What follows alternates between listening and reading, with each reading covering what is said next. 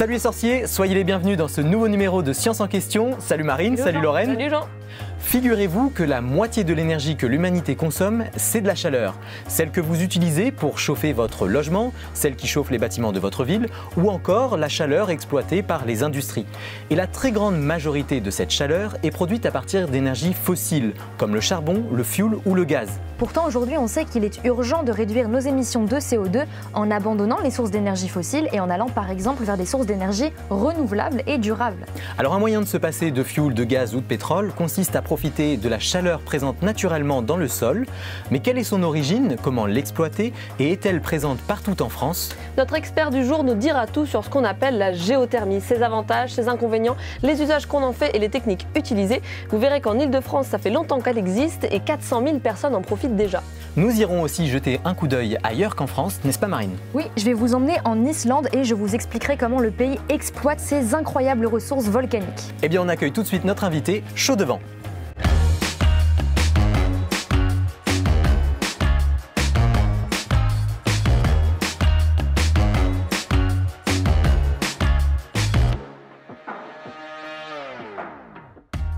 Pour cette émission consacrée à la géothermie, nous avons le plaisir de recevoir un spécialiste du domaine. Bonjour Pierre Durst. Bonjour. Bienvenue dans le studio de Science en question. Alors vous êtes ingénieur-chercheur expert en géothermie au BRGM et on va commencer par préciser un peu de vocabulaire parce que la géothermie c'est considéré à la fois comme une science et comme une technologie, c'est ça? Oui, alors la géothermie c'est la science qui s'intéresse à la chaleur de la Terre et à tous les échanges de température qu'on peut avoir avec notre planète. Et ça représente aussi l'ensemble des technologies justement pour exploiter cette source d'énergie. D'accord. Alors, l'idée d'exploiter la chaleur du sous-sol, c'est pas nouveau. À quand ça remonte? Alors, de tout temps, on a des manifestations naturelles comme des sources chaudes où de tout temps les hommes se sont rapprochés, les ont utilisés, que ce soit pour se baigner, pour laver des choses, pour avoir chaud. De même que très tôt, les hommes se sont réfugiés dans des cavernes pour affronter la rudesse de l'hiver. Donc oui, c'est très vieux. Et donc ça, c'était les premiers usages. Aujourd'hui, le contexte, il a un peu changé quand même. On n'a plus besoin d'aller dans une grotte pour se réchauffer, mais on essaye quand même de se chauffer à la maison. Ce que je veux dire, c'est qu'aujourd'hui, on est plus dans un contexte où on essaye de faire de la transition énergétique, de réduire nos émissions de CO2. Et on considère que la géothermie, c'est une source d'énergie d'avenir. Pourquoi? Pour quelles raisons? Alors effectivement, c'est une source d'énergie, c'est une des sources d'énergie qui émet le moins de CO2. C'est abondant, c'est-à-dire que la ressource, elle, de base, est pratiquement inépuisable. Et on en a en fait besoin, si on cherche à augmenter suffisamment notre production d'énergie renouvelable et la décarbonation de nos énergies, on a besoin de la géothermie. Est-ce qu'il y a, mis à part les avantages pour réussir la transition énergétique et réduire nos émissions de gaz carbonique, est-ce qu'il y a d'autres avantages plus économiques, par exemple, aussi? Alors, il y a économiquement, une fois installée, c'est une des énergies les moins chères à produire. Mais pour l'installer? Mais pour l'installer, oui, il y a des investissements importants à faire. Par contre, autre avantage, en surface, une fois que l'installation est faite, on a très peu d'impact visuel, très peu d'occupation foncière, pas de nuisance. Mais alors d'où vient la chaleur du sous-sol? Pour le découvrir, il faut comprendre ce qu'on appelle le gradient géothermique. C'est notre mot mystère. Gradient géothermique, ça se réfère à la température. Gradient, oui, bien sûr. Au niveau des couleurs, par exemple, on peut tout à fait voir ce que c'est. Et géothermique, il y a géo, donc la terre peut-être, probablement, et thermique, la température. J'imagine en géologie, un gradient de chaleur, telle chaleur à telle chaleur, mais concernant les roches. Dans les roches ou à travers le temps. Ça fait peut-être référence à la température entre la surface et le centre de la Terre. Un gradient géothermique, ça va être, je pense, la variation de la température sur le manteau terrestre, je sais pas. Dans la lithosphère, tu dois avoir des endroits où tu dois avoir des points chauds et en fonction des points chauds, tu as de l'évolution de température avec de la convection, je crois qu'il y a de la convection à l'intérieur et tu as de l'évolution de température avec température chaude et température froide. Les chaudes montent et les basses descendent. Des gradients géothermiques, j'imagine qu'on en a dans toutes les couches. Je ne sais pas si on peut les mesurer dans toutes les couches, mais on en a dans toutes les touches. Ouais, toutes les roches. Pierre, qu'est-ce que vous pensez de tout ce que vous avez entendu là? Déjà, il n'y a rien de stupide. Okay. Bon, c'est un petit peu biaisé quand même parce que c'était autour du jardin des plantes, donc à côté du MNHN. Donc bon. On a eu quelques scientifiques. Voilà. Non, c'est intéressant. Après, il n'y a pas... La définition qui se rapproche le plus, finalement, c'est la variation de température entre la surface et le centre de la Terre. D'accord. Mais il y a des gens qui parlent de manteau, de lithosphère. Oui. Après, si on prend la Terre comme une grosse sphère, on a 6300 km de roches en fusion et une centaine de kilomètres de roches solides. Donc le gradient géothermique, on va surtout s'intéresser à ce qui se passe dans la partie roche solide. Et c'est en fait l'augmentation de température en fonction de la profondeur à laquelle on va. D'accord. Donc c'est dans les 100 premiers kilomètres, c'est quoi? C'est la croûte terrestre? La croûte terrestre, oui. Et alors comment il évolue ce gradient? Comment évolue la température au fur et à mesure qu'on creuse, quoi? Plus on va profond, plus il fait chaud. Ok. Ça c'est... En fait... En surface, on est à peu près à la moyenne des températures annuelles. Au centre de la Terre, on est aux alentours de 6000 degrés. Donc ça, c'est le noyau en fusion. Et alors ici, par exemple, dès qu'on sort 1 km de profondeur, on va gagner à peu près 30 degrés ici. C'est constant partout à la surface du globe? Pas du tout. Il y a des endroits où ça augmente un peu moins vite et il y a des endroits où ça augmente beaucoup, beaucoup plus vite. Ah oui? Comment alors? Ça peut aller jusqu'à combien? Ah ben, si vous êtes sur un volcan, vous prenez 500 degrés en quelques centimètres. Hein, ok, donc on peut comme ça profiter de la chaleur à différents effectivement, dans une zone volcanique, oui, on peut avoir des températures de l'ordre de 250 degrés à 1 km de profondeur, quoi. Et alors comment expliquer qu'il y ait cette chaleur qui émane du sous-sol? On pense évidemment au noyau de magma qui est au centre de la Terre. Est-ce que c'est la seule raison? Alors en fait, au départ, lors de la formation de la Terre, on a une grosse boule de lave en fusion qui se refroidit très lentement, en milliards d'années, plus la présence d'éléments radioactifs contenus dans le matériel initial qui, en se désintégrant, vont un peu soutenir cette chaleur. Donc qui sont présents comme ça dans la croûte et qui libèrent de l'énergie. Mais c'est quand même beaucoup, effectivement, le fait qu'on est parti d'une grosse boule de lave en fusion. On a encore plus de 99% de la masse de la Terre qui a plus de 1000 degrés. Donc un héritage qui nous sert encore aujourd'hui. Et quelqu'un qui parlait de points chauds, de convection. Oui, c'est après comment ça se transforme la convection. C'est-à-dire que quand on est dans le manteau, par exemple, on a de la lave qui est fluide. Effectivement, ça va bouger comme de l'eau chaude. Les parties les plus chaudes vont avoir tendance à remonter, les parties les plus froides à redescendre, donc tout ça, ça bouge. Et ça fait qu'en surface, ça va faire des endroits où on amène plus de chaleur que d'autres. D'accord, et c'est ces endroits-là où on va avoir un gradient géothermique plus fort? Plus élevé, en fait, ce sont les zones... on ne va pas parler de ça, mais c'est les zones de limite des plaques tectoniques. D'accord. Et de façon plus schématique, on va dire, tous les endroits où on a des phénomènes de volcanisme. Alors l'avantage, c'est que c'est disponible aussi en continu, cette chaleur? Oui, elle ne varie absolument pas en fonction du fait que ce soit le jour, la nuit ou l'été ou l'hiver. Non, ça c'est quelque chose de tout à fait stable. Oui, c'est un avantage par rapport à d'autres sources d'énergie renouvelable. Ça permet effectivement... On n'a pas d'intermittence. Voilà, on n'a aucune intermittence, c'est une énergie qui est disponible effectivement en permanence. Alors maintenant qu'on a expliqué ce qu'était le gradient géothermique, on voudrait savoir quel est le potentiel de la France et surtout comment on récupère cette énergie du sous-sol. On en discute avec vous et avec Lorraine dans le Science en Action. Alors Pierre, pour nous expliquer tout ça, vous n'êtes pas venu les mains vides, vous avez une maquette à côté de vous. Alors là, je vois une sorte de radiateur dans le sol, on voit des tiges qui descendent dans le sous-sol. Tout d'abord, là, on est à quelle profondeur? Alors là, on va être entre... Là, on est à une centaine de mètres. En fait, ça, ce sont des techniques qui, en France, vont s'utiliser depuis 1 mètre de profondeur jusqu'à 200 mètres, ce qu'on appelle la géothermie de surface. Ok. Voilà. Donc on va mettre des structures dans le sol qui vont nous aider à récupérer la chaleur? Échanger de la chaleur avec le sol. D'accord. Là, on est à quelle température quand on est à 100 mètres? Alors en fait, on a la température moyenne en surface. Donc on n'est pas particulièrement chaud. Ici, on va avoir dans les 13 degrés. D'accord. C'est pas particulièrement chaud. Là, en fait, on ne va pas directement extraire de la chaleur parce qu'en hiver, avec 13 degrés, vous ne chauffez pas votre maison. Oui.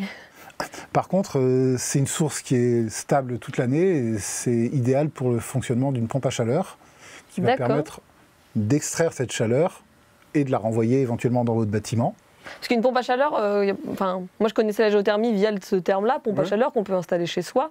Ça désigne tout ce qu'on enterre. La pompe à chaleur, c'est ce que vous avez chez vous. En surface? En surface. Le plus connu, c'est l'aérothermie, hein, où vous avez un espèce de ventilateur et vous échangez de la température avec l'air extérieur. Ce qui est simple à installer. Par contre, quand vous voulez chauffer en hiver, vous êtes obligé d'extraire des calories d'un air qui est déjà froid. Et si vous voulez rafraîchir en été, vous devez sortir des calories et les pousser vers un air qui est déjà chaud. D'accord. Là, on a un sol qui est tiède toute l'année. Donc, c'est plus efficace énergétiquement. Donc là, ce qu'on voit, c'est pas pour une maison individuelle, c'est pour un petit... Là, c'est pour un petit collectif, oui, ou un bâtiment de bureau. Là, le système qu'on va voir là, c'est ce qu'on appelle des sondes géothermiques. D'accord, donc c'est des tuyaux? En fait, on fait un forage, on descend un tuyau en U, on cimente le tout pour éviter que ça puisse servir d'infiltration pour des pollutions diverses. Et dans ce tuyau, on va faire circuler de l'eau qui va permettre d'échanger de la température avec le sol. Elle va se réchauffer en passant dans les tuyaux. Alors, elle va se réchauffer. En hiver, typiquement, effectivement, on va extraire cette chaleur du sol, qu'on va légèrement refroidir le sol pendant l'hiver, et l'injecter dans le bâtiment pour chauffer. L'avantage, c'est qu'en été, on peut faire exactement le processus inverse. C'est-à-dire prendre des calories dans le bâtiment et les réinjecter dans le sol. Ok. Alors, moi, j'avais entendu parler de systèmes qui étaient plus, horizontaux. On faisait, parce que là, les sondes, elles sont enfoncées verticalement dans la terre. Entre 50 et 200 mètres selon les endroits. Alors, en fait, c'est vrai que donc avec des forages qui vont avoir un certain coût. Le système le plus simple, c'est à 1 mètre de profondeur, simplement. On va mettre un serpentin qui va permettre d'échanger avec le sol. Juste 1 mètre, ça suffit pour avoir une température stable? Alors, elle n'est pas parfaitement stable, mais elle est déjà très, très tempérée par rapport aux variations naturelles en surface. Donc, c'est suffisant pour que ça fonctionne bien. C'est un système simple qui n'est pas trop cher à installer. Après, il faut de la surface, puisqu'il faut à peu près 2 fois la surface que l'on veut chauffer. Pour échanger, on ne peut pas avoir d'arbres avec des racines, on ne peut pas imperméabiliser le sol. On ne peut pas mettre un coup de pelle, on peut pas... Voilà, si on a de la place, oui. Et alors là, on voit plusieurs tuyaux. Donc j'imagine que ça, c'est plutôt pour chauffer un bâtiment collectif. Est-ce que pour une maison, pareil, il faut aussi une installation aussi conséquente? Pour une maison individuelle, ça va être selon effectivement le volume de la maison, son isolation, et puis un peu aussi les caractéristiques de la roche, ça va être entre 1 et 3 sondes. Est-ce qu'on peut en installer n'importe où en France? Sur 95% du territoire. En fait, on peut en installer partout, mais il y a des endroits où la géologie fait que les forages sont un peu trop compliqués et qu'il vaut mieux ne pas le faire. D'accord. Et est-ce qu'aujourd'hui en France, il y a beaucoup de maisons individuelles qui sont équipées de systèmes comme ça? De plus en plus, mais pas beaucoup. Mais pas assez. C'est étonnant pourtant que ça n'y ait pas autant. C'est-à-dire qu'effectivement, ça, pour un particulier, l'investissement initial est assez élevé. C'est ce qu'on disait, oui. Et même s'il peut rentrer dans ses frais au bout de 15 ou 20 ans, il faut pouvoir... Ça reste 15 ou 20 ans, oui. Un investissement. Alors ça, ce qu'on voit là, c'est des systèmes qui sont fermés. Et je crois que vous avez sur votre maquette un autre système à nous présenter, qui cette fois-ci est dit ouvert. Alors, est-ce que vous pouvez nous expliquer le principe? En fait, c'est pareil, on va échanger avec le sol, mais là, au lieu de faire des sondes assez longues dans lesquelles on va faire circuler de l'eau pour pouvoir échanger, on va directement utiliser l'eau du sol. On fait remonter l'eau du sol? Voilà, on va pomper l'eau dans une nappe d'eau souterraine. D'accord. On va pomper l'eau, échanger des calories. La pompe à chaleur va pouvoir tirer des calories ou en réinjecter dedans si on veut rafraîchir la maison. Et réinjecter, c'est-à-dire que tout ce qu'on pompe, on le remet dans la même nappe d'eau souterraine, on ne fait aucun... Pourquoi est-ce qu'il faut réinjecter? Alors, dans ce cas-là, c'est surtout parce que les nappes d'eau souterraines, surtout les moins profondes, sont déjà très utilisées, que ce soit pour de l'eau potable, pour de l'irrigation, et on ne veut pas que la géothermie vienne dégrader la ressource. Vous pouvez nous montrer sur la maquette où se situe un peu l'eau qu'on pompe, par où ça passe, etc. On va faire 2 forages. Ouais. Dans l'un d'entre eux, on va pomper l'eau. On va passer par une pompe à chaleur, extraire des calories. Alors là, sur ma maquette, on chauffe une piscine, mais on peut chauffer une maison, un bâtiment. Et on va réinjecter à quelques dizaines de mètres, suffisamment pour qu'on ne repompe pas directement l'eau qu'on a réinjectée, puisque si en hiver, je veux chauffer ma maison, je refroidis l'eau, je réinjecte de l'eau plus froide, je ne veux pas repomper directement l'eau plus froide. Donc il faut un terrain où on ait la place d'éloigner suffisamment les... Et puis alors, il faut avoir une nappe d'eau souterraine. Des nappes d'eau souterraine, il y en a partout, mais parfois elles sont profondes. Donc pour que ça soit intéressant à ce niveau-là, effectivement, il faut avoir une nappe d'eau souterraine. Parce que ça, pas trop profonde. C'est une autre technologie, mais ça reste de la géothermie de surface. Oui. Avec ce système-là, on peut aller chercher des nappes plus profondes, justement, qui seraient plus chaudes, donc j'imagine? Ah oui, on peut aller. Là, on reste dans les... En général, quand on parle de géothermie de surface, on peut aller jusqu'à 200 mètres, mais souvent, là, c'est à moins de 100 mètres de profondeur. Après, on peut aller à 1000 ou 2000 mètres sur les endroits pour avoir de l'eau vraiment chaude, que du coup, on va pouvoir utiliser sans avoir besoin d'une pompe à chaleur. Ah, ok. Pour chauffer directement. Parce que la pompe à chaleur, elle marche avec de l'électricité? Oui, la pompe à chaleur, le principe, alors, dans une installation de géothermie, typiquement, il faut faire tourner la pompe à chaleur, on va consommer à peu près un quart de l'énergie nécessaire au chauffage. D'accord. Vous avez un quart qui va venir de l'électricité et les 3 quarts qui vont être récupérer les calories qu'on va récupérer gratuitement dans le sol. Donc ça reste performant comme technologie. Alors je dis un quart, donc c'est une coefficient qu'on appelle de 4. Ouais. Dans certains cas, si c'est très bien fait, on peut arriver un peu plus. Après, c'est des histoires de réglage, d'isolation du bâtiment. Ok, c'est sur ça qu'on peut jouer après pour améliorer les performances. C'est mieux si on... Forcément, si on fait du chaud en hiver, du frais en été, ça augmente la performance globale. Mais oui, on pompe un peu d'électricité quand même. Okay. C'est une énergie aux 3 quarts renouvelable. On a évoqué un peu tout à l'heure le fait qu'en région parisienne, on a une belle ressource et il y a pas mal de gens qui sont chauffés avec de la géothermie. C'est quelle technologie dans ce cas-là? Alors c'est une technologie qui ressemble beaucoup à cette technologie d'un système ouvert, sauf que là, les forages vont être nettement plus profonds. En région parisienne, on va aller jusqu'à 2 km de profondeur. Et là, on récupère une eau à combien de degrés? À peu près 70 degrés. Ok. Qu'on va ensuite envoyer dans des réseaux de distribution de chaleur. Oui, dans ces cas-là, c'est pas pour chauffer... Enfin, c'est pas une maison qui va faire un forage à 2000 mètres. Ce sont des quartiers entiers. Ok, d'accord, très bien. Et aujourd'hui, on sait combien de personnes ça chauffe Plus de 400 000 personnes autour de Paris. Autour de Paris, c'est 400 000 personnes. Et donc, on a dit la géothermie de surface, on peut en faire un peu partout. Et chaque particulier qui a un peu de terrain, une maison, pourrait installer de la géothermie chez lui. Ah, sur sonde, il faut à peine du terrain, quoi. Ça peut s'installer sous un bâtiment. Ah ouais, ok, d'accord. Par contre, pour la géothermie profonde dont on a parlé, là, il faut quand même les ressources adéquates dans son sous-sol? Oui, c'est-à-dire que, alors, c'est pareil, plus quand on va profond, la température augmente, ça c'est pas de problème. Après, justement, pour pouvoir extraire cette faut qu'il y ait de l'eau. Cette chaleur, voilà, il faut qu'il y ait de l'eau, il faut qu'il y ait de l'eau qu'on puisse pomper à des débits suffisants. Et sur le territoire français, ces débits suffisants, on l'a à quels endroits? Alors, c'est ce qu'on appelle les bassins sédimentaires, qui sont des formations géologiques. Donc il y a le bassin parisien, qui est l'endroit qui a été le plus exploité initialement, et puis surtout autour de Paris, parce que c'est aussi un des endroits où il est le plus profond, donc on arrive à 2 km à des choses très chaudes, mais on a aussi en Aquitaine, on a le bassin aquitain, où pareil, il y a des exploitations sous Bordeaux, par exemple, qui sont faites. Okay. J'imagine que pour en tout cas la géothermie profonde, les investissements sont aussi plus conséquents? Oui, on parle de forages, des forages à 2000 mètres, ce sont des forages à plus de... Faire 2 forages à 2000 mètres de profondeur, ça va être plus de 10 millions d'euros. Ah oui, d'accord, ok. Bon investissement. Bon. Pierre, si je vous parle du pays de feu et de glace, ça vous parle? Au hasard, l'Islande. Bien vu. Oui, c'est bien ça, c'est l'Islande. Alors, c'est un champion de la géothermie dans le monde. Il faut dire que son territoire est particulièrement adapté au développement de cette technologie. Marine va nous en dire plus, c'est le coup d'œil du jour.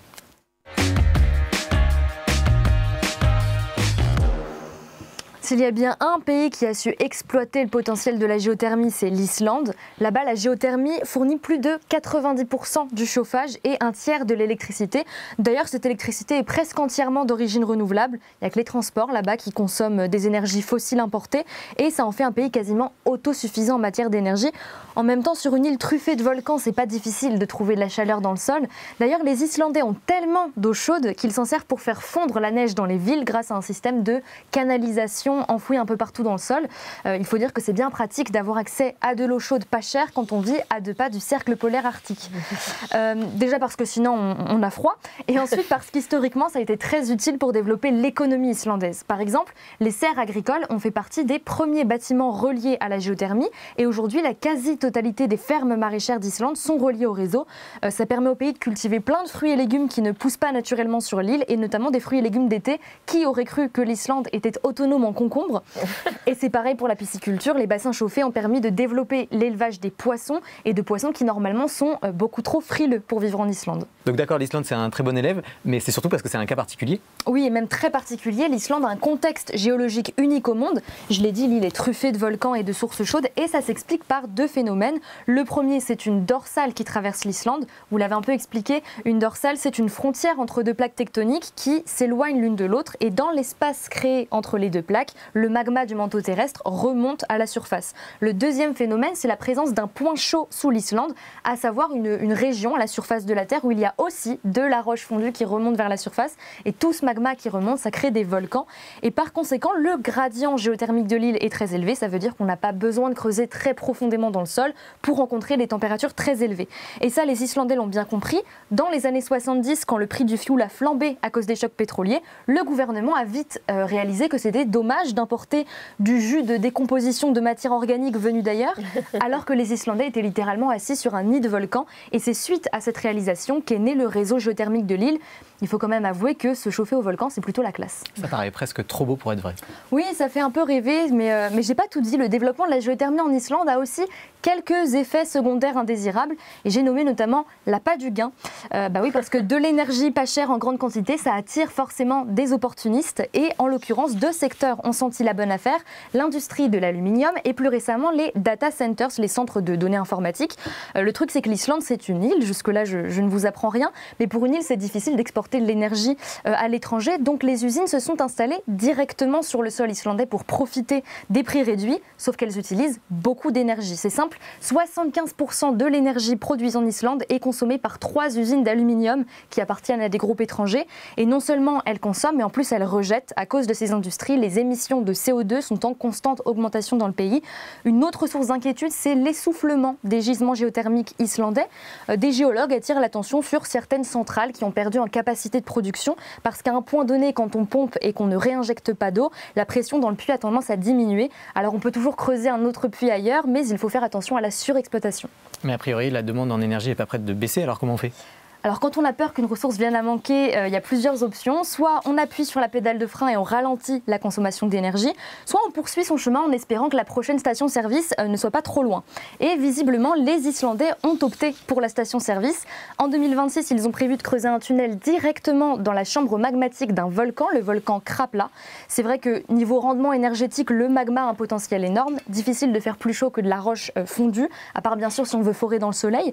Mais entre le risque de faire fondre le matériel et la peur de déclencher une éruption volcanique, on peut se demander si c'est vraiment totalement une bonne idée. À jouer avec le feu, on finit par se brûler. Merci Marine pour ce coup d'œil sur l'Islande. Vous avez une petite réaction par rapport à ce que vient de dire Marine ? Alors, c'est un contexte unique. Je tiens à préciser, on a un peu le même contexte dans le rift est-africain, c'est-à-dire Kenya, Éthiopie, Djibouti. Ouais. Et le Kenya d'ailleurs se développe beaucoup ces derniers temps. Voilà. Après, pour le fait d'aller très profond et très chaud, le problème c'est pas tellement de déclencher l'éruption volcanique, c'est qu'en fait, c'est que techniquement, on a des problèmes quand il fait très chaud pour les puits, pour les matériaux qu'on veut descendre dedans. C'est plus ça qui pose un problème actuellement. Là, aujourd'hui, on descend à combien de kilomètres sous terre ? Alors, en géothermie, jusqu'à 5. 5 km. Ouais. Le puits le plus profond qu'on ait jamais creusé dans le monde, c'est 12 km. Hein. C'était en Union soviétique, mais c'était un endroit qu'on avait choisi volontairement froid. Okay. Et pour l'instant, les puits les plus chauds qu'on a fait, c'est jusque vers 500 degrés. Après, on a des problèmes techniques, en fait. En France aussi, on exploite la chaleur des volcans. Alors, on n'a pas de volcan en métropole, mais en outre-mer. À quoi il nous sert Alors, en Guadeloupe, à Bouillante, en Guadeloupe, on a depuis les années 80 une centrale géothermique qui produit de l'électricité, qui est proche du volcan de la Soufrière. Pas sur le volcan, mais proche. Et ça, en fait, avec des forages à peu près 1000 mètres de profondeur, on arrive à capter un mélange d'eau et de vapeur à 250 degrés qui permet de faire tourner une turbine et de générer de l'électricité. Actuellement, ça produit un peu plus de 6% des besoins d'électricité de l'île. Pas plus. Non, mais ils espèrent développer et arriver jusqu'à 25% de l'électricité de l'île par géothermie. La Guadeloupe pourrait imaginer devenir indépendante en électricité avec cette technique-là ? C'est pas certain, parce qu'en fait, la chaleur, c'est pareil, on l'a, mais on a toujours le même problème, il faut qu'on ait un endroit où on arrive à pomper de l'eau.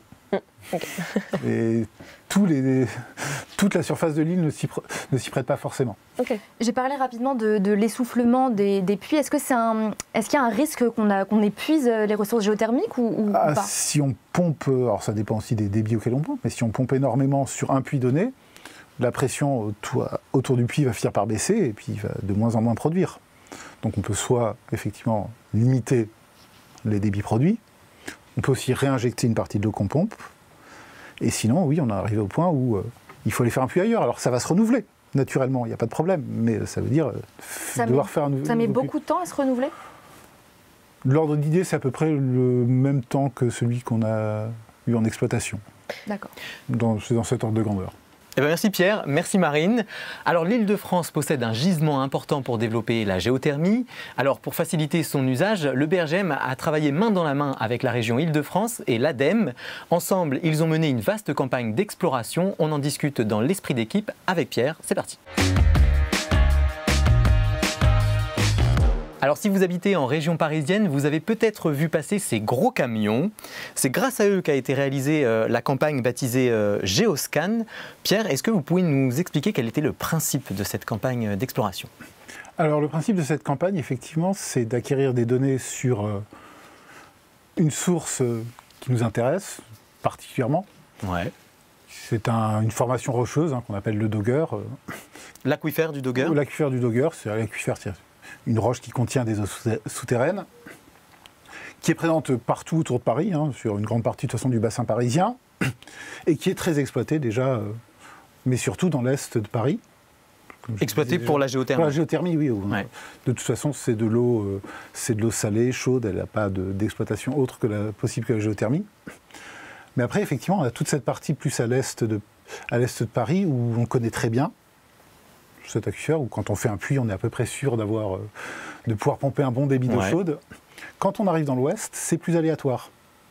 Or, comme les forages sont très chers, on a du mal à convaincre des gens d'essayer et de se lancer un peu à l'aveugle là-dedans.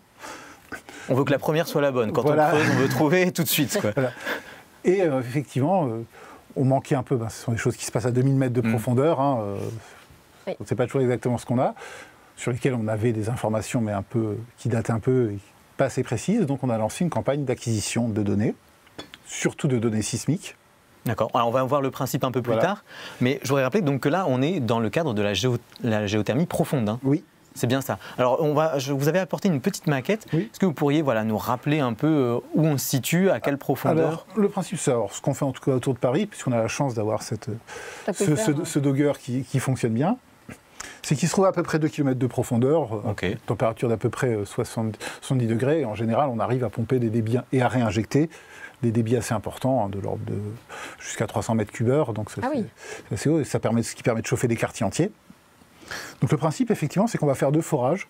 Ok. Donc là qu'on voit sur vous pouvez nous les montrer Oui. Ok. Alors ces 2 forages, on part du même endroit en surface. Par contre, on les dévie. C'est des choses que les foreurs savent faire. Ça, c'est techniquement, c'est facile à réaliser, ce genre de choses? Facile, c'est beaucoup dire, mais ça se fait. Ça se fait pour arriver effectivement à un écart suffisant en profondeur pour ne pas repomper directement l'eau qu'on a refroidie. Une dizaine de mètres, comme vous disiez? Non, là on est plutôt à 1,5 km à peu près. 1,5 km? Oui. D'accord. 1500 mètres, alors qu'en surface, les têtes de puits sont éloignées de quelques mètres, simplement. On a une seule plateforme de forage, un seul chantier, mais on va arriver à différents endroits. Une fois que ces forages ont été terminés, effectivement, on va se servir d'un entrepôt pour pomper. Okay. On va échanger la température avec de l'eau beaucoup plus douce qu'on va faire circuler dans un réseau de distribution de chaleur qui va permettre de chauffer les bâtiments, mais aussi éventuellement d'alimenter des serres ou autre chose. On peut avoir différents usages. On peut imaginer plein d'usages, pas seulement le chauffage non, à partir du moment où on peut utiliser de la chaleur, on peut utiliser ça. Et donc cette eau refroidie, on va la réinjecter dans le 2e forage. Ce qui fait qu'on ne va pas avoir effectivement de problème de niveau d'eau dans cet aquifère profond. Et donc là, l'idée, c'est vraiment d'arriver dans l'aquifère directement. Oui. Donc c'est ça l'objectif. Alors le principe, on va revenir sur ces fameux camions qui ont un peu sillonné l'ouest de la région parisienne. Comment ils fonctionnent? Qu'est-ce qu'ils ont permis d'acquérir comme données? Alors ce sont des camions vibreurs, en fait. C'est des camions assez lourds, une plaque qui se pose au sol, qui vibre, qui envoie des ondes type ondes sonores, mais dans le sol, ce qu'on appelle sont des ondes sismiques. Et après, ces ondes, On a un petit schéma qui va montrer un peu le principe. Vont interagir avec les différentes couches géologiques, être réfléchis, remonter en surface. Et on va avoir des capteurs partout en surface. Ce qui fait qu'on va pouvoir avoir non seulement effectivement les limites entre les différentes couches géologiques, mais aussi, et c'est ce dont on manquait beaucoup jusqu'à présent, avoir des renseignements sur le type de roche qu'on traverse et sa structure. Le but étant derrière, une fois traité, effectivement, de pouvoir arriver à mieux connaître cet aquifère, ce dogger qui n'est pas uniforme, pour pouvoir essayer de prédire quelles sont les zones où les forages vont bien réussir et quels sont ceux où le risque d'échec est plus important. L'idée, c'est de faire une cartographie, en fait, voilà. du sous-sol de l'ouest parisien. Oui. Mais alors, c'est étonnant, je pensais qu'on avait déjà ce genre de données. Alors non, on a des données qui datent des années 60, de l'exploration pétrolière. Mais déjà, elle n'avait pas le même but. Oui, parce que j'allais dire après, oui, la géologie, est-ce qu'elle évolue tant que ça en 60 années C'est pas que la géologie évolue. En fait, la géométrie, la profondeur à laquelle on va retrouver cet aquifère du Dogger, on la connaît à peu près. On manque peut-être un tout petit peu de précision, mais on va à 2000 mètres, on n'est pas à quelques mètres près. Ouais. Par contre, après, le détail des caractéristiques des roches qu'on traverse, celles-là, on les connaît très mal. Et c'est pour ça qu'actuellement, on a un aléa qui est important. On n'est pas certain de si on se lance dans un forage au niveau de Versailles, est-ce qu'on va avoir un débit suffisant ou pas. C'est plus une question de débit que on creuse et puis on se rend compte qu'à 1000 mètres, on n'arrive plus à forer, c'est trop dur. C'est plus une question de débit derrière, oui. D'accord. Non, il n'y a pas de raison que les foreurs connaissent comme ça se sort très bien. Okay. Alors, les résultats de la campagne ne sont pas encore connus, parce qu'elle s'est déroulée en 2024. Oui. Comment est-ce qu'ils vont être exploités, ces résultats, par la suite? Alors, par la suite, il y a tout un traitement des données. Ça fait des masses de données énormes. C'est le BRGM qui va se charger de faire ce traitement des données? En grande partie, oui, mais pas exclusivement. Il y a un premier traitement. Après, derrière, c'est vrai que le BRGM va exploiter ça pour, derrière, effectivement, faire un modèle géologique plus précis, avec effectivement des différences dans la roche. Pour, derrière, faire un modèle de circulation d'eau et de température, voilà, de manière à, in fine, pouvoir se mettre à exploiter un peu ce Dogger à l'ouest de Paris comme on le fait à l'est. Et pour l'instant, on chauffe 400 000 personnes, et peut-être en chauffer 400 000 de plus. Et on l'espère. Mais en tout cas, après, ces données, très concrètement, elles sont mises à disposition de qui est-ce qui ensuite va réaliser j'imagine que c'est les collectivités qui demandent à pouvoir mettre en place de la géothermie. Ça va être surtout les collectivités, mais un industriel peut proposer à une collectivité aussi de faire quelque chose. Les données seront mises à disposition de qui voudra bien s'en servir. Okay. Parce que c'est des marchés publics, privés, peu importe. Oui, après, quelque part, c'est toujours public, puisqu'on parle derrière d'un réseau de distribution de chaleur. C'est une collectivité publique, mais ça peut être porté directement par la collectivité ou plus porté par un industriel. Okay. Alors, on va quitter un peu la région Île-de-France pour aller voir un peu ce qui se passe à l'échelle nationale. On va regarder cette carte qui montre en fait les ressources potentielles ou prouvées en géothermie profonde. Donc on voit que là, globalement, il y en a pas, ça ne se concentre pas sur l'Île-de-France. On en trouve beaucoup ailleurs en France. Oui, alors on en trouve en Aquitaine par exemple, d'ailleurs à Bordeaux, il y a... Ouais. Ça commence un peu? Oui, non, ça commence, c'est pas tout neuf. Il y a un quartier au centre-ville, le quartier Mériadec, qui est chauffé par géothermie. Il y a une base aérienne qui est chauffée. Il y a aussi un quartier HLM à Sèche qui est chauffé par géothermie. Il y a des choses, mais c'est moins développé. Il y a d'autres choses plus isolées qui sont faites. Et à Bordeaux, ils cherchent effectivement à développer ça et à avoir de nouveaux projets. Oui, on voit quand même qu'il y a beaucoup plus, une concentration plus importante. Alors je ne sais pas si c'est parce qu'en termes d'espace, on ne pouvait pas tous les mettre, mais il y a quand même beaucoup plus de petits points orange qui représentent les installations en région parisienne qu'ailleurs, où pourtant il y a un gisement qui pourrait être exploité. Alors à Paris, déjà, la ressource est très bonne. Ouais. Les besoins sont très importants. Oui. Et puis ça s'est lancé au moment du choc pétrolier et c'est parti vraiment, voilà. Et ça a marché assez vite, peut-être mieux que dans d'autres endroits. Après, il y a des endroits à Bordeaux, la ressource est un peu moins chaude, par exemple. C'était un peu plus compliqué. Mais ceci dit, il y a d'autres endroits où on prévoit d'en faire. Bordeaux veut développer, mais il y a de plus en plus de villes qui sont sur une de ces parties bleues qu'on voit sur la carte, qui disent qu'elles ont une ressource. Pense effectivement à exploiter ça. Je sais que Toulouse y réfléchit. Voilà. D'autres villes qui... Alors, on l'aura tous compris, on est tous concernés par les bénéfices, les avantages de la géothermie. En plus, le gouvernement prévoit de doubler le nombre d'installations de pompes à chaleur chez les particuliers d'ici à 2025. Mais sommes-nous tous bien renseignés sur le sujet? Pour y répondre, Lorraine est allée prendre la température, si j'ose dire, dans la rue en questionnant les passants. Écoutez leur réponse. Il y en a un peu partout en France. Ça a l'air d'être pas mal comme truc. Moi j'habite à Villejuif, je sais qu'il y a une usine géothermique, enfin pas usine mais un truc de traitement géothermique pour produire de l'énergie, mais je ne sais pas comment ça fonctionne. Comme on habite à Meaux en Seine-et-Marne, mais c'est pas possible au niveau du sol. Je crois qu'il faut des autorisations et notre sol, je crois qu'il n'est pas adapté. Il y a ça chez moi. Je suis à Neuilly-sur-Marne, donc en banlieue parisienne, et on sait que la géothermie, c'est une source d'énergie assez intéressante et présente dans le bassin parisien. Et du coup, moi, je suis alimenté en eau chaude et en chauffage par la géothermie. Est-ce que vous voyez une conséquence sur vos factures? Alors, sur les factures, pas particulièrement. Sur l'environnement, bien sûr. Et c'est ça qui m'intéresse. Je sais que mon conjoint, on en a parlé à la personne qui vient faire l'entretien de notre chaudière pour savoir les alternatives, parce qu'il nous a dit que le gaz allait augmenter, que ça allait être compliqué, mais nous a juste dit que ça serait pas possible dans notre secteur en Seine-et-Marne. Mais alors du coup, on n'a pas cherché, et il nous a dit aussi que c'était extrêmement cher d'installer ce type de dispositif. J'ai juste bossé avec une doctorante en géologie un jour qui m'a dit que la géothermie en France, il n'y avait pas d'avenir pour elle. Voilà, donc... Donne pas de nom. Voilà, je donnerai pas de nom. Par rapport à cette dernière parole qu'on a entendue, vous, au contraire, vous affirmez qu'il y a de l'avenir pour la géothermie en France? Tout à fait, oui. Il y a de l'avenir et en plus c'est un peu incontournable parce que pour atteindre nos objectifs en matière de transition énergétique, le recours à la géothermie est assez inévitable. Le potentiel est là. Maintenant, il faut juste y mettre les moyens. Voilà, il faut mettre les moyens et puis le faire bien.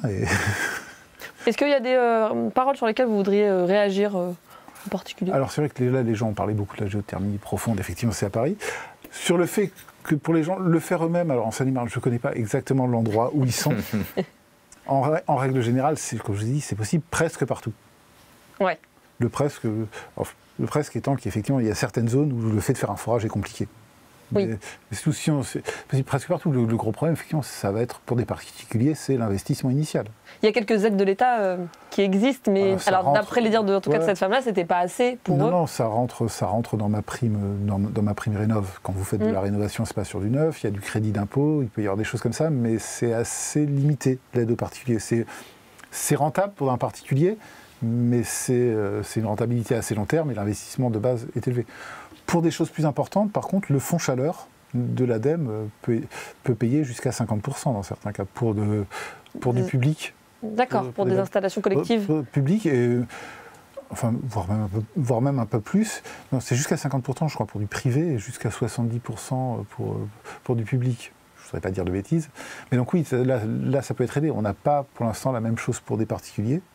Si le problème il est majoritairement financier, est-ce qu'il va falloir attendre que le prix du gaz explose littéralement pour qu'on mette enfin les moyens qu'il faut sur la géothermie? Non, faudrait pas attendre. Il faut mettre les moyens, en fait. Non, après, il y a la géothermie pour les particuliers, c'est une chose. Effectivement, il y a d'autres pistes aussi, comme l'isolation, déjà, en rénovation. Oui, dans ma prime rénov d'ailleurs, oui, aussi pour la rénovation. C'est la première chose à faire, même si après, il faut faire de la géothermie. Non, ça serait bien, effectivement, pour que ça se développe, qu'il y ait un peu plus d'aide de l'État, qu'il y ait un peu plus de développement aussi au niveau des gens qui fournissent, c'est-à-dire que si on avait plus, si c'était plus répandu, les prix baisseraient forcément un peu en effet d'échelle. Et après, il y a une grosse question de connaissances. D'information ou de connaissances? D'information vis-à-vis du public, mais aussi des professionnels. C'est-à-dire qu'effectivement, là, cette personne, il y a un chauffagiste qui lui a dit que ça ne serait pas possible. Peut-être parce que c'est pas possible, ça peut arriver, mais peut-être aussi parce qu'il ne connaît pas et qu'il ne le fait pas. Et est-ce que vous, qui êtes vraiment dans le milieu, est-ce que vous sentez quand même que ça bouge et que ça s'accélère ces dernières années? Ça bouge, alors ça s'accélère, ça augmente. Vous êtes prudent. Non, mais c'est-à-dire que oui, ça augmente, il y a des choses qui se font, mais c'est vrai qu'on n'a pas vraiment d'explosion. Qui s'explique par le fait qu'effectivement il y a des investissements, mais derrière il y a aussi la main-d'œuvre. Je veux dire, la main-d'œuvre disponible actuellement correspond au marché actuel. Pour en faire plus, il va falloir former plus de personnes Et on a une filière qui n'est pas hyper développée et donc... Non, on a une filière qui est assez bien structurée. D'accord. Avec quasiment à tous les étages des qualifications, des certifications professionnelles, donc c'est quelque chose d'assez sérieux. Maintenant, oui, les foreurs qui sont justement certifiés en géothermie, il y en a un certain nombre. Pour qu'il y en ait plus, il faut qu'il y ait plus de demandes. Et le fait qu'il n'y en ait pas plus, ça peut freiner un peu la demande. C'est mécanique. Voilà. Donc c'est quelque chose qui doit se développer. Alors Pierre, je vous propose qu'on laisse de côté la géothermie pendant un instant. On va se concentrer sur votre parcours. C'est l'heure de la séquence en coulisses. Alors j'ai quelques questions à vous poser, mais avant je vais vous laisser vous présenter vous-même. Et la petite difficulté, sinon c'est pas drôle, c'est que vous aurez seulement 30 secondes pour le faire. On lance le chrono dès que vous êtes prêts. Est-ce qu'on peut y aller? Allons-y. Top chrono alors. Je m'appelle Pierre Durst. J'ai fait des études universitaires, scientifiques, en sciences de la Terre, puis un doctorat sur la géothermie. Et depuis, je travaille au BRGM. J'ai travaillé au début aussi sur le stockage géologique du CO2 et sur les ressources en eau souterraine, puis je suis revenu à mes premiers amours qui sont la géothermie. Bon. Super. 10 secondes, vous en sortez très bien. Vous avez largement battu le record. Merci beaucoup. Bravo. On attend la fin du chrono. Bon. Merci Pierre d'avoir joué le jeu. J'ai encore 2-3 questions évidemment à vous poser parce qu'on a été très, très généraux. Par exemple, vous m'avez raconté que d'après un de vos proches, votre métier c'était d'inventer l'eau chaude. Alors est-ce qu'on s'approche de la réalité, d'une bonne description de votre métier? Ah, il y a ça, oui. Enfin, essayer de voir où on va trouver de l'eau chaude, oui. Et comment on fait pour inventer l'eau chaude? Je veux dire, à quoi ressemblent vos missions au quotidien? Alors, par exemple, si on parle d'inventer l'eau chaude, ça va être de voir où est-ce qu'on va trouver des nappes d'eau souterraines, quel débit on va pouvoir espérer pomper dedans, quelle température on va avoir. Donc ça va être développer la connaissance à ce niveau-là. Parce qu'effectivement, si on dit aux gens, vous pouvez faire des choses, il faut pouvoir leur dire, là, vous pouvez faire ça, ou vous allez devoir faire autrement. Ça, c'est une de mes missions. Il y a après des missions plus sur l'exploitation elle-même. Alors ça, c'est plus ma formation scientifique en géochimie. Si on est par exemple en système ouvert où vraiment on pompe de l'eau, on la refroidit, on la réchauffe, on la réinjecte, voir si on n'a pas des risques de précipitation, de corrosion, de choses comme ça. Et avec quels outils vous évaluez ça, vous, au quotidien? Alors, moi je fais assez peu de terrain, j'en fais quelques fois, mais on va faire des prélèvements d'eau et des choses comme ça et des analyses. Moi, derrière, je fais beaucoup de modélisation. Donc informatique. Informatique, oui. Parce que c'est plus ma formation. Mais après, j'ai des collègues qui font de tout. Hein. Effectivement, il y a des gens qui vont plus acquérir des données sur le terrain, plus travailler en laboratoire. Et pourquoi initialement vous vous êtes intéressé à la géothermie? Alors pourquoi? Vous aviez froid. Oui. Non, on va dire que c'est... Il y a un côté, c'est presque par hasard. Je veux dire, parce qu'à un moment donné, il y a une bourse de thèse qui s'était ouverte sur ce domaine-là et que effectivement c'était un domaine que je trouvais intéressant. Donc j'ai fait ça. Qu'est-ce qui vous a maintenu ensuite dans le domaine? Alors ce qui m'a intéressé déjà, d'un point de vue, au niveau scientifique, c'est un terrain de jeu intéressant. Et après, effectivement, il y a ce côté d'énergie propre, renouvelable. Oui, c'est quelque chose qui m'intéresse. Je trouvais ça plus intéressant que d'aller travailler dans l'industrie pétrolière, par exemple. Donc il y a aussi une question d'être en adéquation avec ses convictions personnelles dans son métier? Oui, c'est les deux, c'est ça. Et puis effectivement, une question d'opportunité aussi. Et vous disiez, donc vous faites beaucoup de modélisation informatique. Est-ce que ça vous arrive quand même d'aller de temps en temps sur le terrain? Ah, quelquefois, bientôt, je devrais aller, par exemple, à Saint-Pierre-et-Miquelon pour essayer de voir si on peut faire des choses en géothermie à Saint-Pierre-et-Miquelon. C'est sympa. Et est-ce qu'il y a des missions de terrain qui vous ont particulièrement marqué? Bon, j'imagine des paysages... Alors oui, mais c'est qu'en fait, moi, la plupart des missions de terrain que j'ai fait jusqu'à présent, c'était pour aller voir soit des chantiers en cours, soit aller discuter avec les gens. Je fais très peu, d'acquisition sur le terrain. Et vous disiez, donc, on l'a dit en début d'émission, donc la géothermie, c'est à la fois une science et une technologie, c'est aussi un objet d'étude qui est à la croisée de plein de disciplines différentes. Ça veut dire que vous avez des collègues qui sont issus de plein de champs de recherche. Est-ce que vous avez des exemples? Ah oui, par exemple, nous au BRGM, là on est dédié vraiment à la géothermie, on est une équipe d'un peu plus de 20 personnes. On va avoir des géologues, des géochimistes, des hydrogéologues, donc des gens qui s'occupent de la circulation des eaux, des thermiciens, des mécaniciens des roches. Mécaniciens des roches? Quand Quand on veut faire bouger les fractures, oui, c'est bien d'essayer de voir, d'essayer de savoir ce qu'on fait. Et c'est intéressant de croiser ces différents points de vue. Vous apprenez des choses, vous, au quotidien ? Toujours. Ça fait partie des raisons aussi pour lesquelles ce domaine-là m'intéresse beaucoup, c'est que je reste pas focalisé sur une discipline scientifique et uniquement sur celle-là. Est-ce que tout le monde se connaît un peu dans le milieu de la géothermie en France ? C'est pas très grand. Hein. on finit presque toujours par se croiser, oui. D'accord. Et vous êtes entré dans la géothermie par la porte recherche et sciences de la Terre, mais finalement, il y a plein d'autres façons de travailler dans ce domaine-là. Il y a énormément de métiers. Est-ce que vous pouvez nous faire rapidement un petit panorama des différents métiers autour de ce domaine ? Recherche, là, j'ai cité un peu les différents sujets. Et à partir juste, on va dire un peu, enfin, pas en dessous, mais à côté moins fondamental, qui va être toute l'ingénierie, sur les bureaux d'études, des gens qui vont faire des études d'ingénieur, soit sur les sciences de la Terre d'ailleurs, soit sur la thermique des bâtiments, des choses comme ça. Derrière, il y a tous les gens qui vont installer ça, c'est-à-dire qu'on a les foreurs, les gens qui vont faire les trous, dont on manque, si ça vous intéresse. On va aussi avoir tous les gens, tous les installateurs, chauffagistes et autres qui vont mettre ça en place. Non, on a...